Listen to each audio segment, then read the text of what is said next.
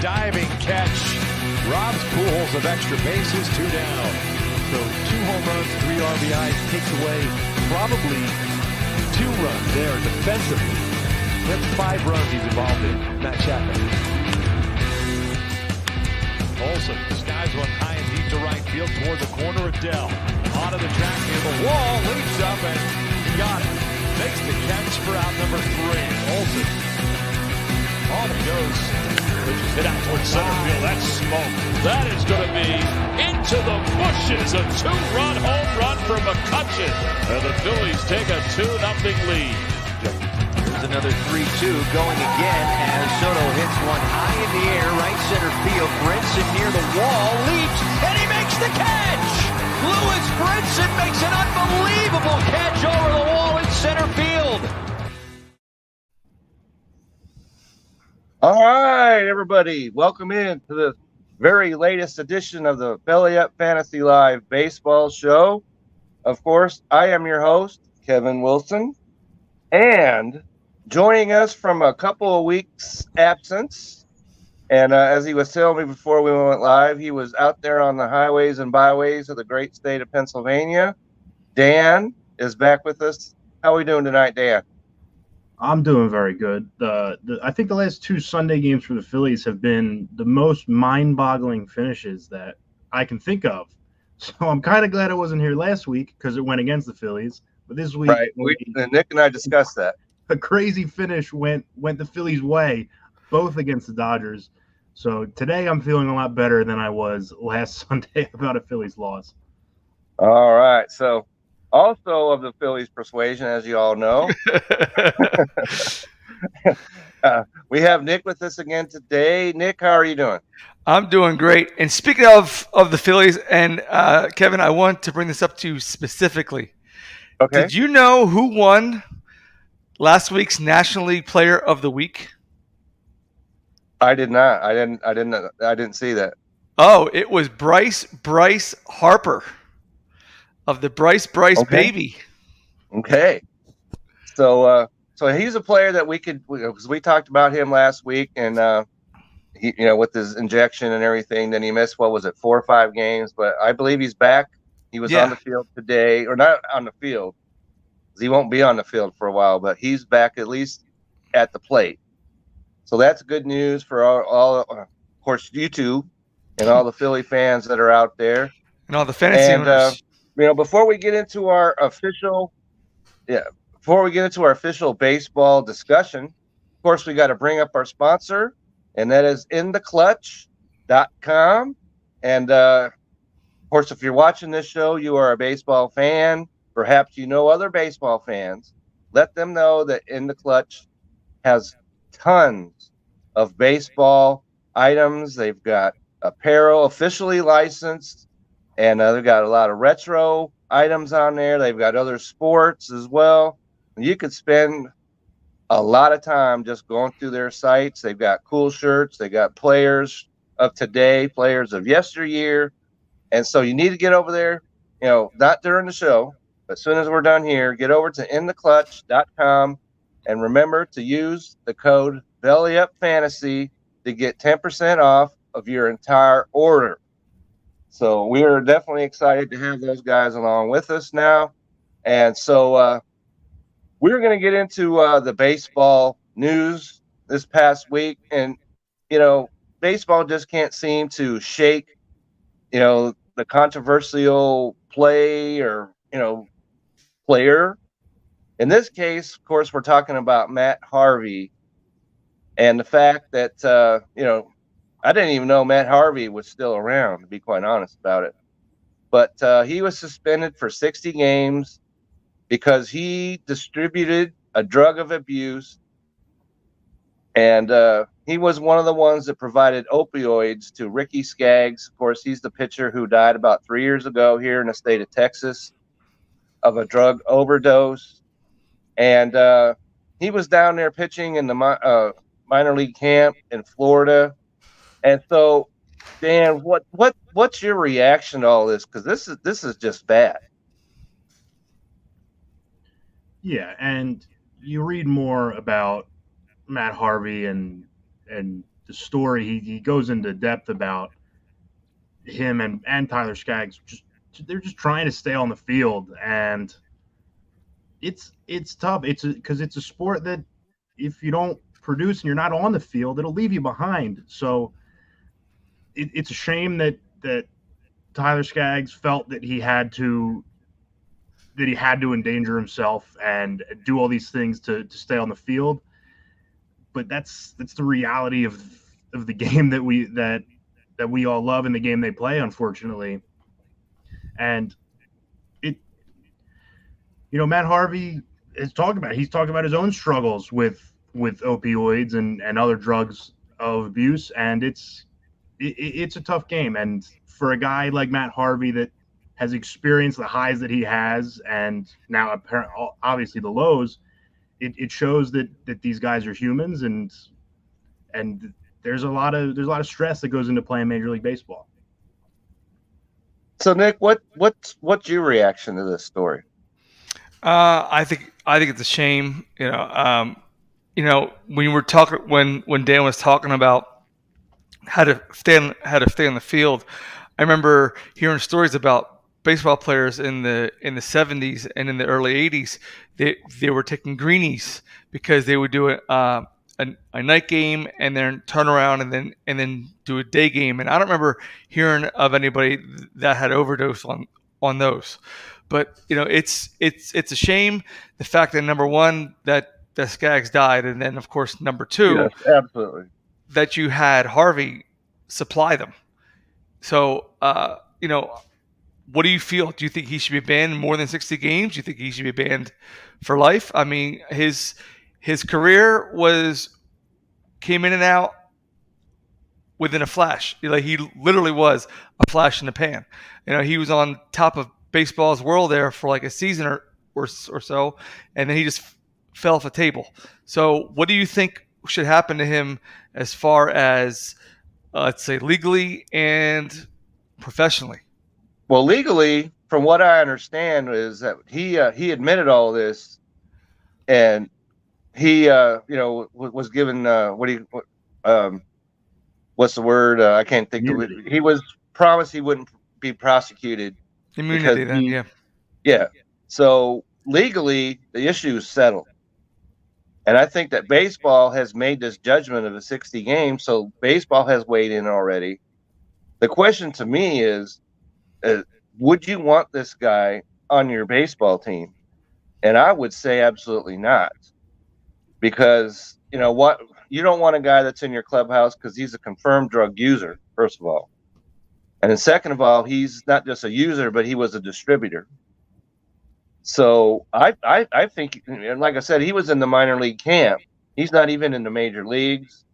And I believe his ERA was something like 6-something last year. So I think he's done as a major league pitcher. So Dan, do you see that any other way? No, I completely agree with you. Matt Harvey was probably done anyway. Anyway, that's right. And now this just adds to it, because at the MLB has proven, and most of its teams have proven, that if you can contribute, they will let you back. But unless Matt Harvey has a career resurgence, I doubt we see him in the major leagues again. Yeah. So, like I said, that's just a sordid tale of baseball. And, it's one of the things that we really don't want to talk about too much, because we'd rather celebrate baseball. But, we got to put out what's going on in the real world. And so since we've done that, I thought that since we would switch to a much more upbeat conversation. And because we decided that we were going to talk about our favorite baseball movies. And so, Dick, why don't you count us down? What are your 3 favorite baseball movies? Okay, so my 3 favorite baseball movies, in fact, I watched one, I caught it the other night. It's got to be Major League. Number 1, that's just, to me, that's one of the more quotable movies ever, and especially amongst baseball fans. I mean, you could, especially at the beginning of the baseball season, they always play it on like TNT, TBS, what have you, and then you could always just put it on Facebook just one line, should have got a live chicken. And then everybody that's in your feed is going to start putting in, all the rest of the lines. That's a classic. I love to watch. Bull Durham, you love to watch that. And then another Kevin Costner movie has got to be Field of Dreams. I like that one as well. And then one that doesn't get a whole lot of play. It's like 3B. I like Mr. Baseball with Tom Selleck. Tom Selleck, yes, it's hokey. That's one of my favorite movies too. Yeah, it's hokey. It's corny, but you know what?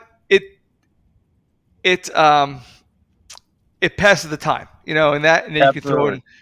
And I have some others in there that I have forgotten, but those would be like my top 3-4 ones. All right, so Dan, we had touched on this before we went live, but go ahead and what are your top baseball movies?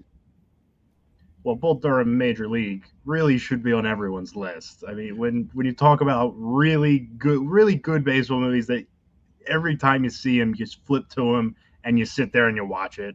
Those are got to be the top two. Personally, Moneyball is a favorite of mine. The A's seem to have gone a little too far into Moneyball and saving money this year. But that's always a movie that I enjoy watching. And then 42, another one. Chadwick Boseman does a fantastic job at portraying Jackie Robinson, and just a very good movie. And all baseball movies you can sit down and watch, but those four are really the ones that stand out for me.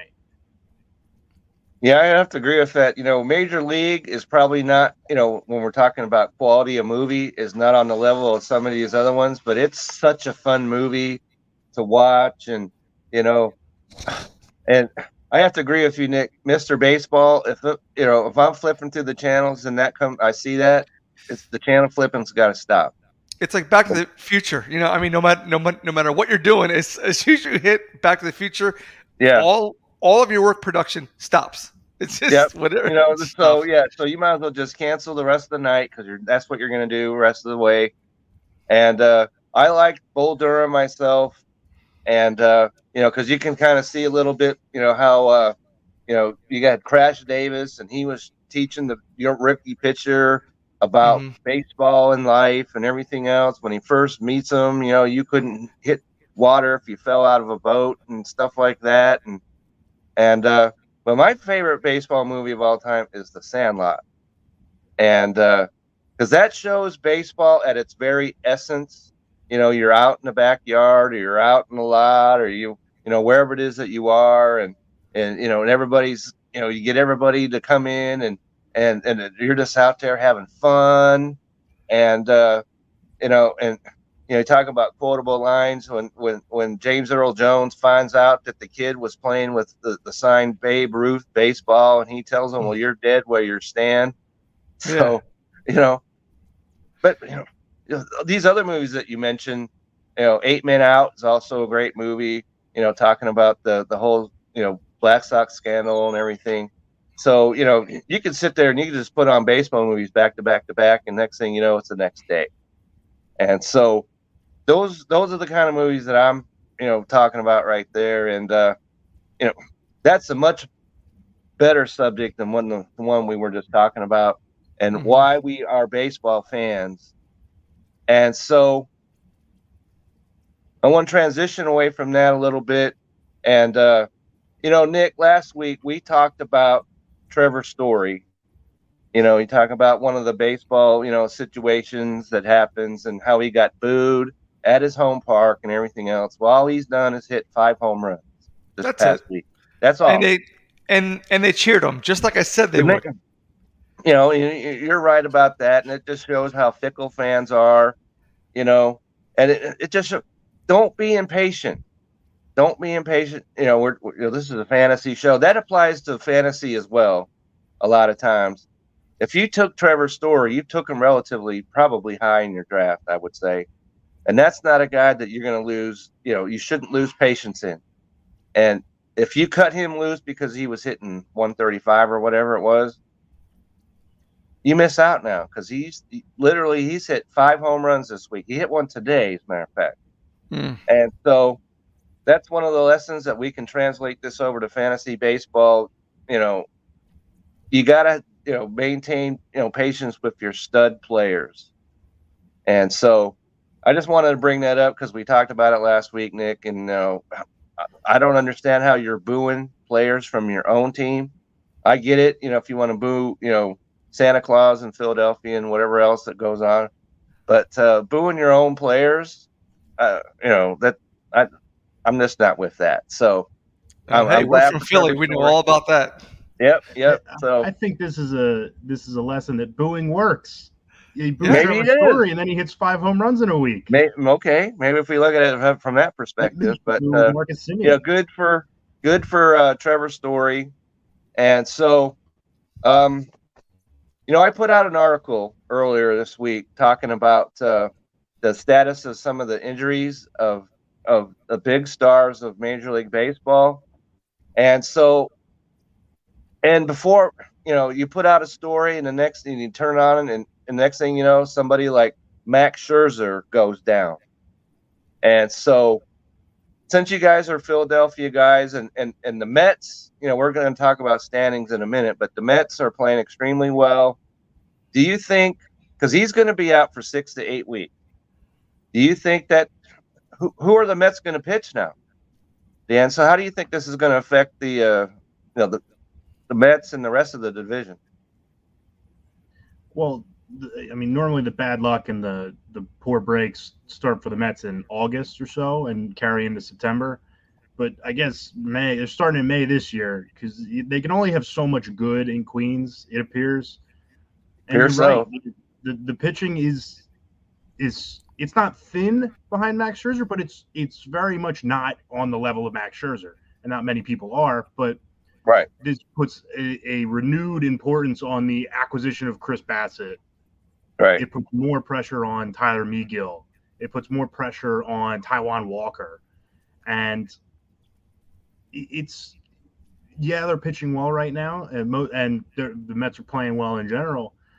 But now with less proven names, and maybe with another injury coming up, who knows? And without arguably two of the best pitchers in the sport now until probably the All-Star break, it'll be very interesting to see if the Mets can keep this pace up, or if the pitching starts to break down, and then that could trickle into potentially. So Nick, do you think that with both of these guys down, should the Mets be looking to get out on the trade market and find themselves a pitcher? It depends. Scherzer's out 8 to 10 weeks. They don't have too much of a bad pitching staff. One guy that Dan did not mention was Carlos Carrasco, and he pitched very well. I benched him yesterday on my fantasy team because pitching in Colorado is usually not a winning strategy. Mm-hmm. But he pitched extremely well. Yeah, so, this year he's 4-1 in 8 appearances. Got a 3.5 ERA, and he's got 39 strikeouts. So he's probably going to be their ace going into the All-Star break. Should they go looking for a trade? It depends, because it's right now it's going to be a short-term solution. So they don't want a long-term problem, and I'm talking about payroll for a short-term solution. I think they're 7.5 games up on Philly, and then Atlanta. So if standings right here, so let me if go they to can, the standings here. Mets are, they're leading by 7.5 over Philadelphia and Atlanta. Okay, so if they can keep them at bay until the All-Star break, they should be okay. But once they start losing ground, will they go into panic mode? Who knows? Do they have anybody down in their farm system that they can bring up? Who knows? But like I said, don't create a long-term problem just for a short-term solution, especially with payroll and that debacle that they have there. And like we said, the wheels start falling off the cart in August anyway. So what you're going to do is just speed up that process. So if you can just hold on, lead, just hold the edge, lead by 2 games going into the All-Star break. You get Scherzer back, you get back into the fold. They should be okay if the hitting stays true the way it is now. And I'm speaking, and I can't believe that I'm giving Mets advice, which I hate the Mets. Right. So, so does this give you, as Philadelphia guys, does this give you any optimism that maybe your team can get it to going and overtake them at some point? No. Okay. No, because our biggest problem is, well, we have 2. Our 2 biggest problems right now, one's the front office, and the other one is the bullpen. So once those two get fixed, then I'll have some hope. But until they put something on the field that's productive, I'm not getting hope, because as we can see, every time it goes past the 6th inning and the starter goes out, it's good luck, because our bullpen sucks. Dan, you agree? Yeah, and it seems like, just like the Mets, the Phillies always seem to be cursed to. They seem to kind of never have a good bullpen again. And of course, 2 weeks ago now, the Phillies went on a West Coast road trip and went 5-2 against the Mariners and the Dodgers. 2-6-1, but it felt like 3-4 after they blew the lead and the chance to sweep the Dodgers on Sunday. Then the Padres came to town, shut them out twice, and then the Dodgers came, and other than today, the Phillies, I don't think the Phillies have scored 4 runs in a game since last Saturday. Yeah, that was supposed to be the Phillies' staple, was going to be run production. And exactly. The thing is, too, is that it feels like they can't hit when they do get decent pitching, but then they hit and the pitching falls apart. Well, we'd also mentioned that, I don't know if it was a coincidence that Harper was out the past 4 games, and those were all the games that they didn't have any run production. So they have to pitch a perfect game and have Harper in the lineup for them to win. It seems like it. So do you think this? The Atlanta Braves are the defending champions. They have not played well. And let me just put this out there. I don't think it looks good for Atlanta, because they've played a home-heavy schedule up till now, and they should have taken advantage of that and have not done so. And so they're going to be having to even that out on the road. Everybody's got to play 81 games at home and 81 on the road. Well, they've got a lot of road games coming up, and so do we give Atlanta any kind of a shot this year, Dan? I think, you saw it last year. They weren't over 500 until, the middle of June or July or whatever it was. The same thing happened. And now they have Ronald Acuna back. Obviously, he's still not 100%, I don't think. But as he gets to 100%, you have to assume with the talent they have on the team that they'll be better. And like we've been saying, it seems like the Phillies and Mets are cursed at some point to go 2-8 in 10 games, and all it takes is one of those streaks and the Braves to go 7-3 against the Nationals and the Marlins, and you're right there, and then the Braves have they have the experience winning a World Series last year, and they've got a lot of talent. So I think the Braves have a good chance of coming back, if only because I know the Mets can't have nice things. Yeah. So, all right. So we talked about Max Scherzer. If you remember, Dan, when we were live on our draft, and Vince's dad picked Lance Lynn during the draft, of course, and during the draft we found out that he was injured. And so he's supposed to be back on June 3rd, which that's still 3 weeks away or so, maybe 2 weeks. And so he's supposed to be back on June 3rd. Eloy Jimenez is supposed to be back on June 5th. And so one of the questions that came at me was, Jimenez is on a lot of waiver wires right now. And he, is one of the classic guys, remember how he came down the stretch last year.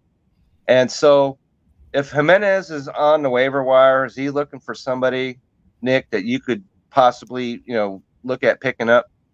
Oh yeah. I mean, any type of, like we said before, pitching is king right now. So you have to jump on all the hot pitchers, uh, unless and obviously you always have to watch your league settings, so you don't overpitch in the early part of the week, and then you're top heavy. But he's one of the guys that I would look at, especially going down the stretch, because if he gets hot and your pitching is, your hitting is ice cold rather, you're going to need someone to put some points up on the board for you, and he could be one of those guys. Yeah, when he came down the stretch last year, he was carrying that White Sox team, and so Dan, you agree? Jimenez, pick him up if he's on your waiver wire. Absolutely. And I'm going to go check in both my leagues right now, because if he's on the waiver wire, he needs to be on my team, because it seems like all of my teams have had problems hitting this year. It seems like every time I come on this show and we're like, oh, let's see who could be potential drops. And I look at my team, I'm like, that guy. Like, I could drop all of them. I want to drop half of them because they're just no one seems to be producing right now. And Eloy Jimenez is a guy that could hit 5 home runs in a week and win. He can. He definitely can do that. So, by himself. So, Nick, we talked about Clayton Kershaw. It's still May 30th for him. They're talking about, and too bad that Vince isn't here, because he could chime in about Willie Adames, and he has a high ankle sprain. I have Adames on my team. Me too. I'm hurting. I should have traded him. I should have traded him to Vince while I had the chance. Well, maybe not, because Vince, he's offered me 2 different trades in our league, and both of them, Vince, come on. So maybe, it's fortunate that you didn't say yes to that. So, let's see what else. So Salvador Perez should be back on the 28th. And, as we predicted, Salvador Perez has not been Salvador Perez this year. And so, but that's a guy, classic guy. You cannot drop him. You can't. If he hits 100, you just can't. So are there any other players that are out there, Nick, that are injured that you'd like to bring up? Maybe, somebody that's, possible that you could put on, if your injured list, or add them in some way? Let's see who's injured. Yes, I do have one guy's come up right now. I would like to bring up Martin Perez. Well, actually, he's not injured. So I'm looking at injured players. I don't see anybody really that I would like to bring up that's injured. Maybe Tyler O'Neill, outfielder from the Cardinals. Right now, he's got 77 points, which isn't terrible. And then Tyler McGill is also on the injured list. He's out 15 days. I got June 7th for him. Yeah, I got 71 points overall for him in my ESPN leagues. Right. So that's a player that if you got him on your IL, you need to leave him there. Mm-hmm. And this other league that I'm in that's apart from ours, Dan, somebody actually dropped Jacob deGrom, and so I rushed over there. I don't know. I didn't do it. Why would they do that? I don't know, because I guess they figured, well, he won't be back till July at the earliest. So, a lot of players, and I was talking to this other guy. He has 6 IL spots in his league. I've never heard of that before. Having 6 IL, we've got 3. I think that's pretty standard. And so some of these you have to make a decision, because you got 3 guys on your IL already, and somebody else goes down. So either you're going to have to leave them on your active roster or drop someone. So if you got Jacob deGrom on your IL, leave him there. Okay. So I'm doing that right now. So those are some of the players. Steven Strasburg is a guy that needs to be on the waiver wire, I think, because you don't know how he's going to, he hasn't pitched in like 2 years now. So, Mitch Haniger is a guy who was out till July 10th. And so, some of these guys, like I said, you need to make a decision and then just live with it and have a reason why you're making these decisions. Because I'm going to put something out right now. Because this last week, I had Martin Perez of the Texas Rangers, and I saw that he was pitching on the road at Houston, and so I dropped him. So what does he go? He goes and pitches a complete game shutout in Houston. Their ballpark is a hitter's ballpark. It's not like up here in Texas. Their ballpark or anything. You got you've got to make moves when you're in fantasy baseball, and you have to have a rational reason why you're making these moves. But sometimes you just got to eat it. So, and somebody picked him up.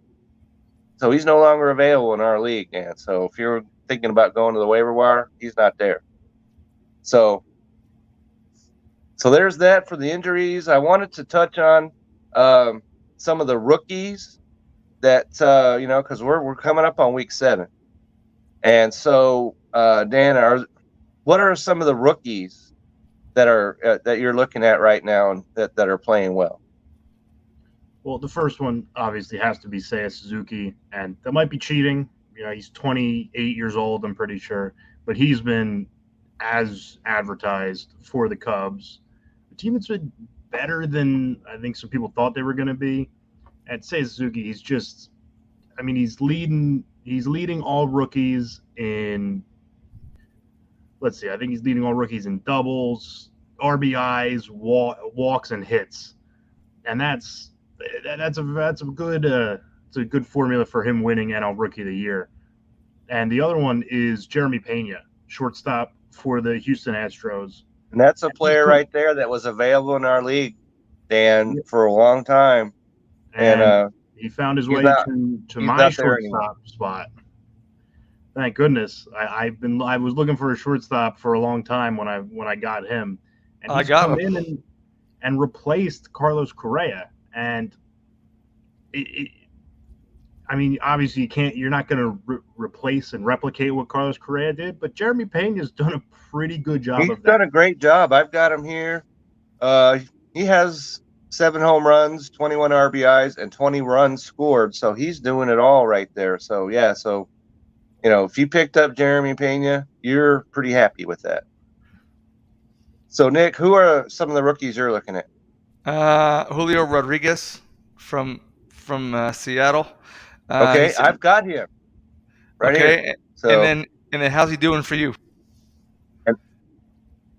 Well, he's doing pretty well, and the part that really stands out about him, he's got 11 stolen bases. Yeah, I have 12 here. Yeah, yep.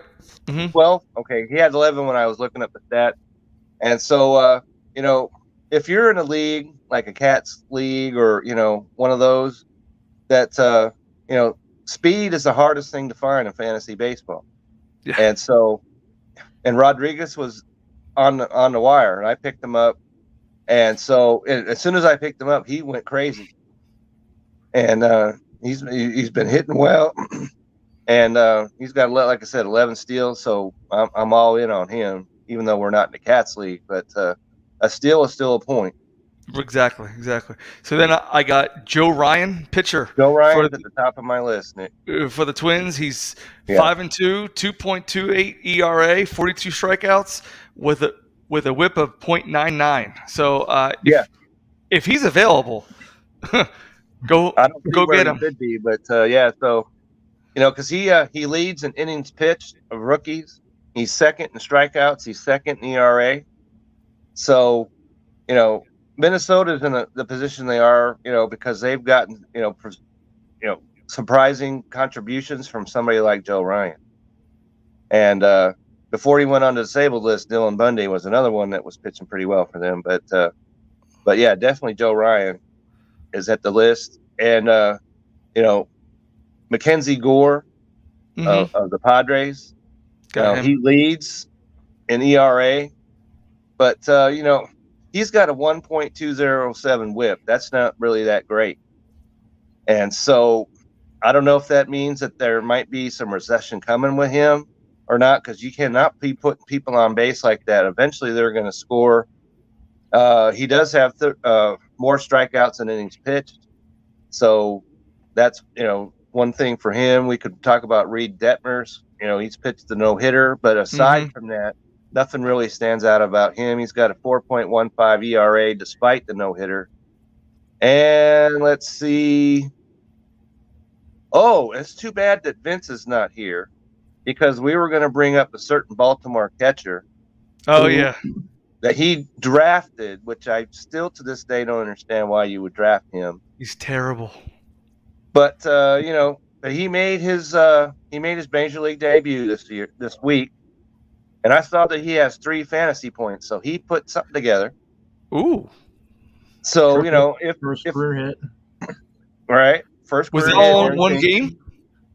I don't know. I thought he had 3 points. I believe so. But if catching in fantasy baseball, as we all know, is one of those, if Salvador Perez isn't doing it, maybe there's not a catcher worth owning in fantasy baseball. But it's tight end in baseball. In football. It really is. And so, if you are in a league and he's out there and he's on the wire, go ahead and make a move and pick him up, because he's going to be on that major league club the rest of the season. And what is his name? It's something that I wouldn't even possibly try pronounce. Adley Rutschman.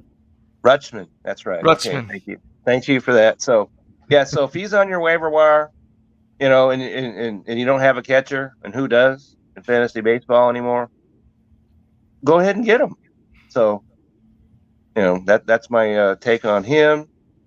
All right, so we're getting kind of long, but I wanted to talk a little bit about some statistical leaders, and who here among us had Taylor Ward leading the major leagues in batting and also in on-base percentage and slugging. Anybody? Oh, I did. All me. You had him leading all those 3 categories, Nick. I called it at the All-Star break last year. Okay. So, he's anybody here think he's going to hit 370 for the rest of the season? Anyone? No. Okay. No. But he's one of the reasons why the Angels are doing what they're doing. And Manny Machado is hitting 363. And Paul Goldschmidt, we were wondering if he was getting older. Well, apparently not, because he's hitting 327. And so let's see what else. The leader in National League home runs, C.J. Cron. Okay, he plays for Colorado. Christian Walker, who had him? He gets an asterisk. Cron gets an asterisk because he plays in Colorado. But I agree with that. But what about Christian Walker of the Arizona Diamondbacks? Who had him leading the National League in home runs? Anyone? No. So the American League leader is Aaron Judge. That's a little easier to predict. So those are some of the. Oh, and RBI. Too bad Vince isn't here, because who's leading the National League in RBIs is Rowdy Tellez of the Milwaukee Brewers, who I picked up, and he wanted me to trade him to Vince. Okay, and I resisted. So yay me. So if you're out there, and you're thinking to yourself, should I deal with Vince when I'm trade? You might want to second, think that. All right, so let's move over to fantasy, as this is a fantasy show, obviously. And so, who are some of the players? And I have an article ready to go of players that I'm ready to pick up. But as we always talk about, who are we looking to drop, Nick? So there are any players on your roster where you're like, man, you're stinky, you got to go? We keep coming back to him, man. Max Muncie. I mean, I want to drop him. At some point, you got to, just go ahead and punt, because it's not happening with him. I would love to drop this man, but he's unfortunately he's bad enough to where I can't not want to drop him, but right. yet And you're not getting anything for him either. Right. That's the problem. And he's good enough that I can't get anybody better to replace him. So right now he's holding on. Who else would I drop on my team? I dropped him and picked him up 3 times. Elvis Andrus. Yeah, I tried that once, Nick, and I let that be. And then Vogelbach is my other guy. I mean they're fillers, but again, I pick them up and there's nobody to replace them. Every time I go to my drop and add and I put in my own team, they're above everybody else. Now I did pick up a pitcher today. I picked up Bruce Zimmerman from Baltimore. I mean he's 2-2. He's got 34 Ks. He's been okay. And 74 points overall. So he's been okay. And he averages 9.3 per start. But my problem is I have too many starting pitchers. I want to get more relievers because, pitchers, they only pitch every 5 or 6 days, depending on the rotation. Well, the good news for me is because I got Hader on my team, and he was out for a while, but he's back. So that's good news. Oh, and then Clevenger went back on the IL 15 days. Yeah. So, Clevenger. So, Nick, do you hold him while, put him on IL, or you just, if you've got 3 guys already on IL, do you just cut him loose? Well, I have 2 guys right now. Well, I have Clevenger and Adames, and I'm not dropping Adames. So if you drop him, just run out in front of a bus or something, because I think I will. Not happening. I think I'm gonna light my hair on fire before I do that, though. I'm gonna keep Clevenger because when he's in there, he is a producer, so I can't drop him. But if you had no IL spots to put him, then I would drop him. I mean, like I said, he's only available so far. I think he's only been available maybe 15 to 18% of the time. I'm not a math wizard, but yeah. But when he was out there, he got me. Let's see exactly. I can tell you exactly how many points he got me. Okay, so in his first start, he got me 5, and then against the Phillies, 2 days ago, he got me 24. So he's making a huge argument for himself to keep, except for the fact that 24 points make you sit up and take notice. Yeah, pretty much. So he's hard to get rid of, and in 3 starts, he's got 36 points. So again, he's doing well. All right, Dan. So who are the players you're looking at that they've got to go? Well, Corey Knebel's one of them. I've been hoping he could find the curveball. He's at the top of our waiver wire, Dan. I don't know if you noticed that. He's at the very top of our waiver wire, and I want nothing to do it. No, he's been struggling. So he's hitting me on both fronts. He's hitting me on fantasy and in my rooting interest for baseball. Yasmani Grandal, it's so hard, because I'm in a category league where I have him, and he's almost not worth it anymore. I'm almost ready to put out a blank catcher spot in it, but I need power so bad. I'm just waiting on him to hit 3 or 4 home runs in a week, but it looks less and less likely as the year goes on. Yeah, just so you know, Dan, you can't have a blank catcher spot. You have to have someone. I don't have. In our league, you have to have a catcher, at least one. Yeah, I'll keep a catcher in our league because it's hard to get a catcher that'll get me negative points every week. I've read that before where people are saying, "Well, I played with no catcher. That's cheating the game," and I'm not having that in this league. So, I said that right before we got started. You have to have a catcher. So there you go. All right. So that's settled. That's settled. All right. So, Dan, anybody else? Tyler O'Neill is one of them. He really has not been playing well, and now that he's on the IL, and I've got a rash of injuries, I've got 5 guys on the injured list, and only 3 spots for him. So O'Neill might be the third guy. I might drop 2 different guys. He might be the last IL spot, but he's a guy that I was hoping he could recapture his form last year, where he was hitting a bunch of home runs, stealing a bunch of bases, but he just hasn't done that early in the year. And now that he's injured, it'll probably make it easier for me to let somebody go, whether it's Tyler O'Neill or not. We'll see. Okay, so I just have to say that if you still have Franmil Reyes on your team, why? Okay, he's got 6 fantasy points. 6. Why? Get rid of him. Because all those guys are with the Max Muncie owners, and we're all getting ready to jump out in front of a bus. Okay, so if you expected as much out of Reyes as you did, Max Muncie, that might be an issue right there in and of itself. So, and to add insult to injury, he had the error today that led to the Phillies win. So it's good that we don't take points off for errors. Right. So, that's one of the good things, especially with you guys, with, Philly fans, defense has nothing to do with fantasy baseball. So, but so Lucky. He's at the top of my list. Another player, I know he's back on the field, but it's Joey Votto. And I see he's got 7 fantasy points.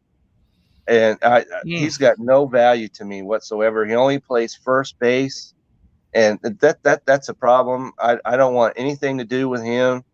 And also, Joey Gallo, he is now out. Mm-hmm. And he's just not hitting anyway.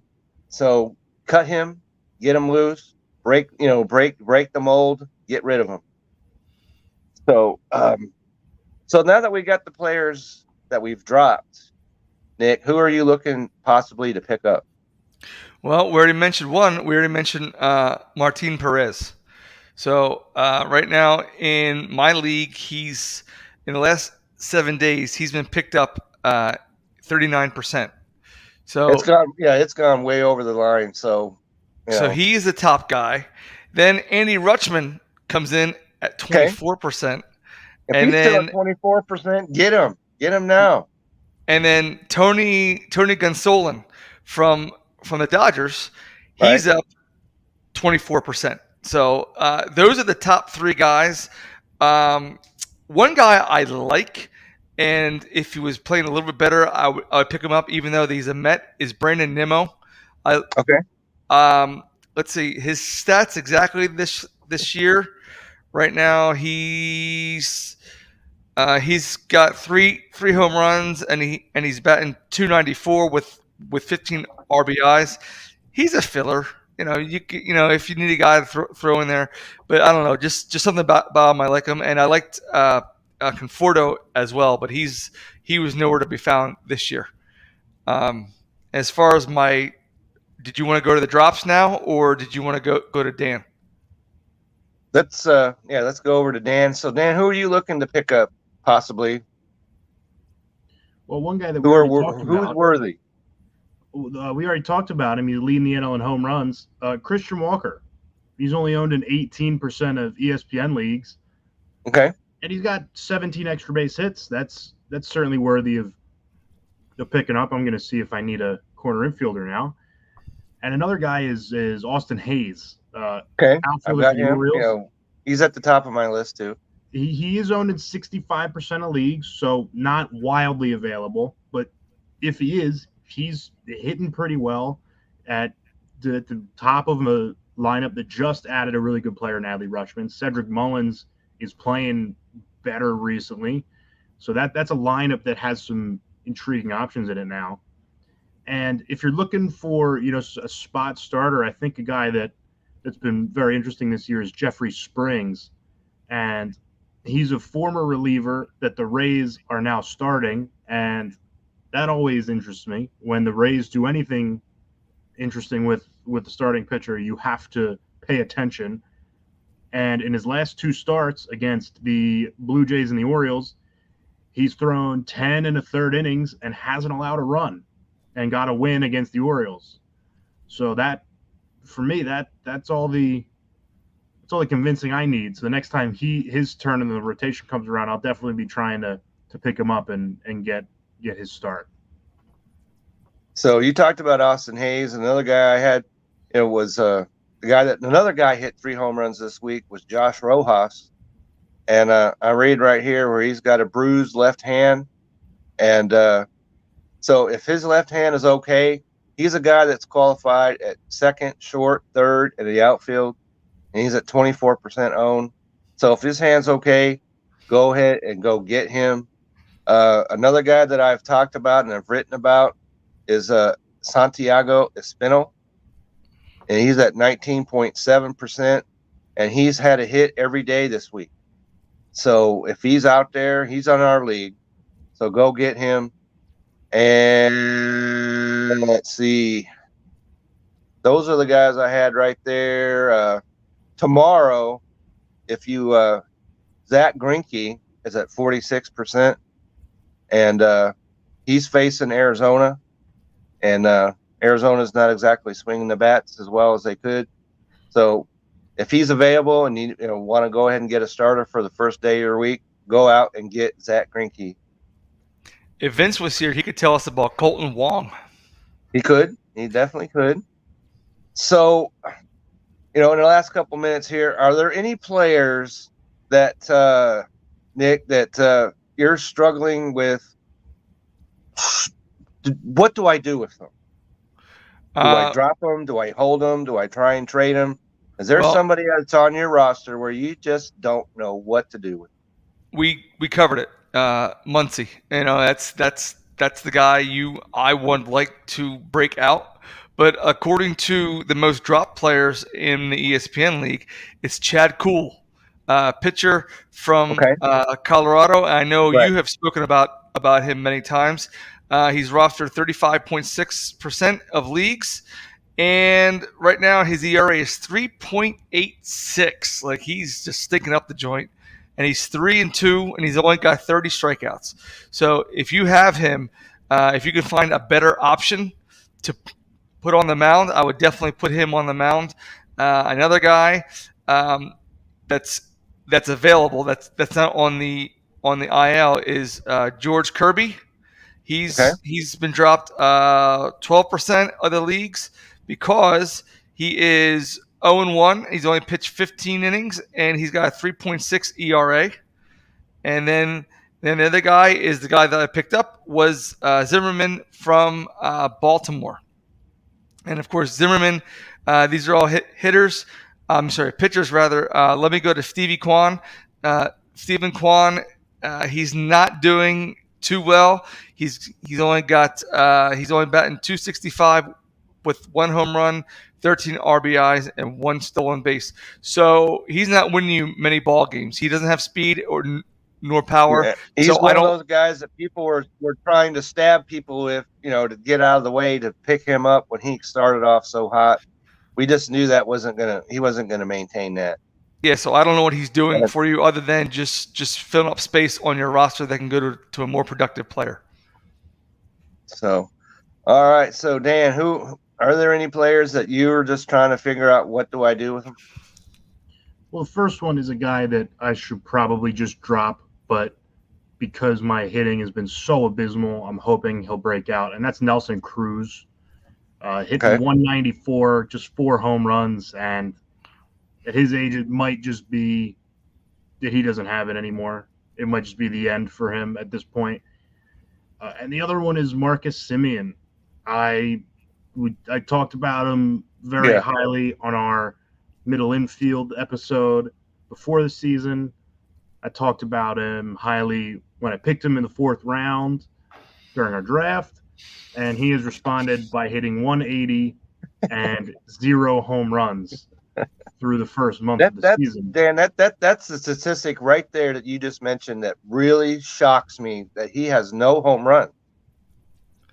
Yeah, and I know Texas is a huge ballpark, and it's not hitter friendly in the slightest. Yeah, I've been in that ballpark. It's not that huge.